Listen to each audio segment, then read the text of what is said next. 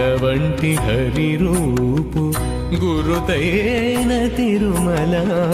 పండిన వృక్షములే కల్పతరువులు నిండిన మృగాదులెల్లా నిత్యముక్త జనములు నిండిన మృగాదులెల్లా నిత్యముక్త జనములు మెండుగా ప్రత్యక్షమాయ మేలువో నా జన్మము మెండుగా ప్రత్యక్షమాయ మేలువో నా జన్మము విశ్వరూపమిదివో